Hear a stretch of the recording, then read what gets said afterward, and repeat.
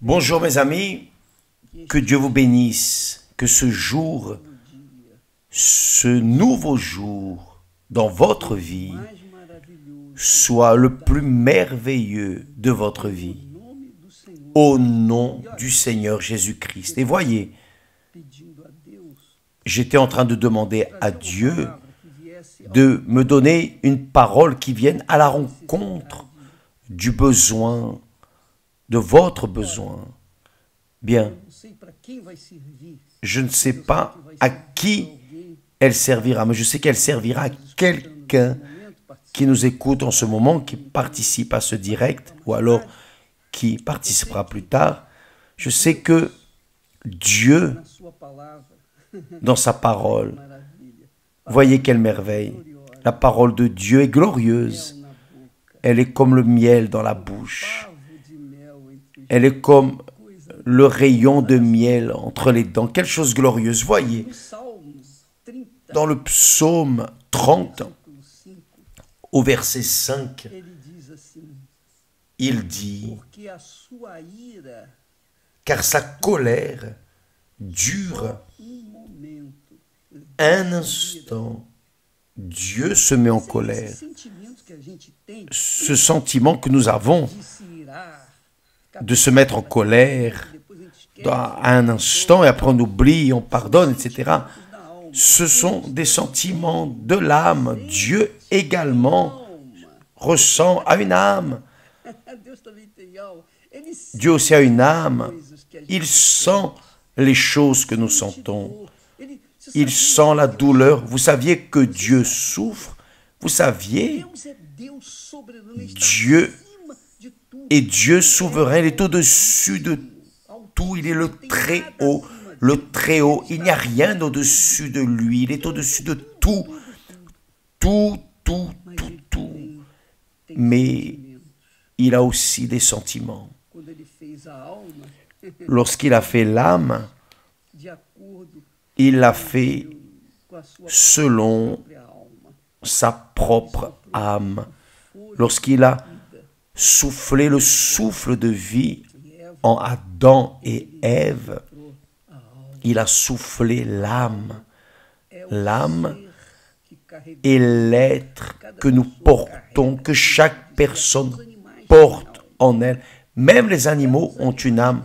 Même les animaux ont une âme. Donc, voyez que le texte sacré dit que lui aussi se met en colère. Mais sa colère dure un instant. Quelle merveille! Il est Père, vraiment. Sa colère dure un instant. Mais sa grâce, ah oui, entre la grâce, mais sa grâce,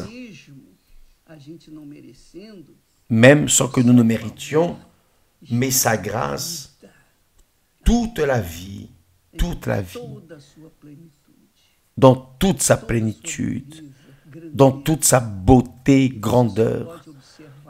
Et vous ne pouvez observer cela que lorsque vous regardez la nature, la mer, les forêts, les fleurs. Lorsque vous voyez un enfant qui sourit, là est la vie, la beauté, la grandeur, l'innocence de la vie. Un enfant qui sourit. Mais sa grâce toute la vie. Mais voyez, il conclut dans ce petit texte en disant, le prophète, le psalmiste, le soir arrivent les pleurs et le matin l'allégresse. C'est très fort. Parfois, vous dites, évêque, mes pleurs durent depuis des mois, des années. D'ailleurs, je ne sais pas ce que veut dire sourire. Depuis que je suis né, je ne fais que pleurer. Ma vie est une vie de pleurs, de larmes, de douleurs, parce que j'étais un enfant rejeté. rejeté par ma mère, rejeté par mon père. J'ai grandi entre les mains de tierces et je porte cette douleur de l'âme durant toute ma vie. Et on dirait que je vais mourir ainsi. Non, vous n'allez pas mourir ainsi. Juste parce que vous regardez cette émission, ce direct, vous pouvez être sûr, Dieu est en train de vous parler. Il est en train de dire ici dans le texte sacré exactement cela, que le soir arrivent les pleurs, mais pas forcément la nuit, mais durant toute la vie, mais le matin vient l'allégresse. Et cette allégresse vient sur vous maintenant. Recevez maintenant l'allégresse, la faveur de Dieu. Recevez maintenant, cet instant, la joie de l'allégresse.